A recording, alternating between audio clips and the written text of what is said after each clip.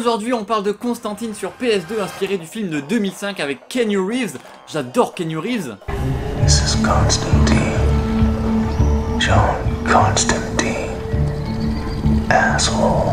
Le jeu sera développé par Beats Studio, déjà connu pour leur adaptation de super-héros comme Wolverine ou Spider-Man, même si c'est vrai qu'on est loin de la 4K Full HD. Et chose assez marrante, le jeu vidéo sera développé en parallèle du film et sortira même quelques jours avant, même si vous allez voir que c'est pas si bon signe que ça. Le jeu est un action RPG à la troisième personne plutôt classique, plus ou moins inspiré du film. Bon, moins que plus, on va pas se mentir, à moins que j'ai raté le moment dans le film où il se bat avec des démons, où il vole sur des démons et où il tire de la foudre. Bon, c'est complètement con, mais j'avoue, c'est plutôt cool. Et afin d'affronter vos ennemis démoniaques, vous aurez le droit à une multitude d'armes, à tel point que parfois on se demande si on n'est pas dans le Punisher plutôt que dans Constantine.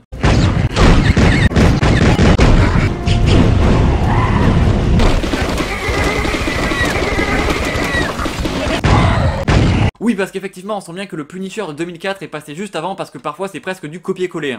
Mais chose un petit peu nouvelle, vous serez par exemple confronté à des énigmes, alors oui, c'est très léger, faut pas beaucoup réfléchir, c'est par exemple mettre des bougies dans des cercles, waouh. Un Uncharted n'a qu'à bien se tenir, même si c'est vrai que Uncharted déjà les énigmes sont pas toujours, voilà.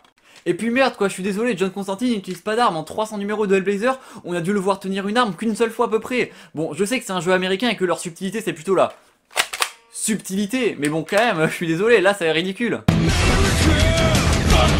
Et puis petite mention spéciale pour le nom des armes que j'aime beaucoup, le crucificateur, l'épurateur. Oui, je vous ai dit, c'était la subtilité le thème de la vidéo. Mais par contre, une fonctionnalité que j'ai beaucoup aimé dans le jeu, ça s'appelle l'éveil, et ça c'était vraiment très cool. En gros, comme dans le film, Constantine peut voir du coup le monde des morts et le monde des vivants en même temps. Et justement, quand on active ce mode éveil, et ben, le jeu va passer en première personne et on va pouvoir voir la vraie nature des choses. Donc on va pouvoir voir par exemple les démons qui se cachent, etc. Bon, c'est con qu'il n'y ait pas de démons qui se cachent dans les humains, parce qu'on aurait pu différencier les humains des démons. C'est un peu comme ça qu'ils te vendent, mais il n'y en a pas, donc c'est un petit peu dommage. Ah, parce que oui, dans ce jeu, il va falloir s'habituer à croiser des démons, il y en a littéralement partout, ça n'a aucun sens. Normalement, les démons en général, t'en as un ou deux dans Hellblazer pour que ce soit un petit peu exceptionnel, mais là ça n'a rien à voir, c'est un putain de défilé.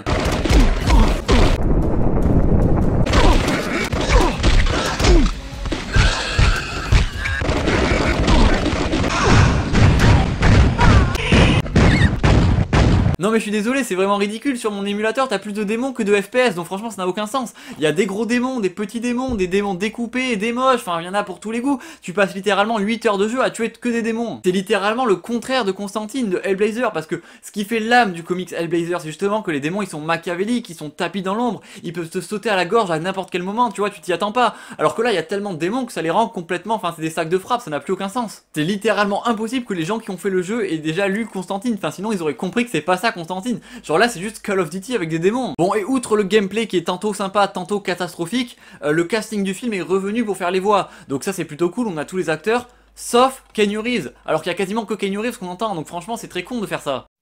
Then check this out. Tonight, smoking's got competition. Et ça c'est plutôt logique, mais comme dans tous les jeux de l'époque, la maniabilité est vraiment un peu lourde.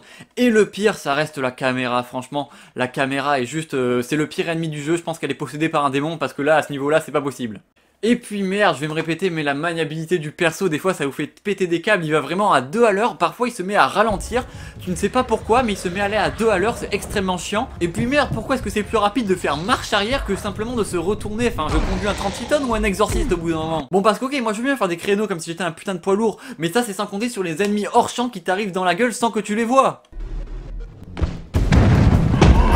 Oh, et aussi il y a un truc bien chiant, le cri des ennemis. Non mais ça c'est pas des démons, ça c'est une cour de collège, ça n'a rien à voir.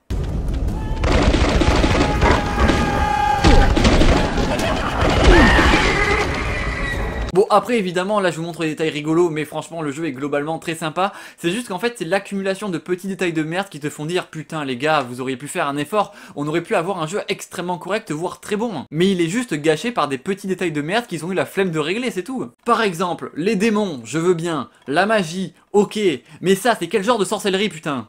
Bon après vous l'aurez compris je râle mais le jeu est quand même plutôt sympa, franchement ça va, il est quand même généreux parce qu'il y a quand même 14 niveaux différents avec tous une ambiance différente. Vous avez aussi par exemple des cinématiques qui sont plutôt réussies franchement, l'univers et l'ambiance de Hellblazer sont vraiment très bien retranscrites donc ça franchement c'est plutôt cool. Les musiques sont plutôt discrètes mais sont vraiment très efficaces et surtout elles laissent place à l'ambiance sonore et aux détails du coup du son et de l'ambiance qui sont vraiment eux très réussis et franchement ça contribue bien à l'ambiance de Hellblazer j'ai trouvé et ça franchement on se sent plongé dans le jeu parfois et ça c'est vraiment très cool. cool. Bon, j'ai aussi râlé sur les armes parce qu'effectivement c'est con, ça va pas du tout avec le Hellblazer original, mais on a quand même 5 armes différentes qui ont tous des effets et des pouvoirs assez différents et ça c'est cool. Elles ont quand même pas mal de punch, donc on va passer le jeu à tirer avec, donc c'est plutôt cool qu'elle soit réussie. Constantine, c'est donc un jeu plutôt sympa, ni bon ni mauvais, qui plaira seulement aux fans hardcore de la licence et à ceux qui sont un peu curieux de tuer des démons avec des lance-flammes, franchement, parce que c'est un petit peu cool aussi, on va pas se mentir. Et il restera dans les méandres de l'oubli un sacré moment jusqu'au jour où des fans vraiment déter vont recréer tout le jeu dans un mode de Max Payne 2. Oh putain, mais les gars, c'est quel niveau de chômage ça?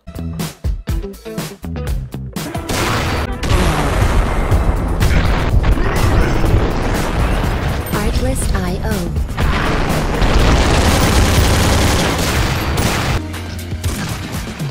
Oh putain, j'ai rien dit, je vais jouer tout de suite. Et merci à tous d'avoir regardé la vidéo jusqu'au bout, j'espère qu'elle vous aura plu. N'hésitez pas à me dire ce que vous en avez pensé dans les commentaires, voilà. Pourquoi pas refaire ce format avec d'autres jeux, n'hésitez pas à me donner vos idées dans les commentaires évidemment.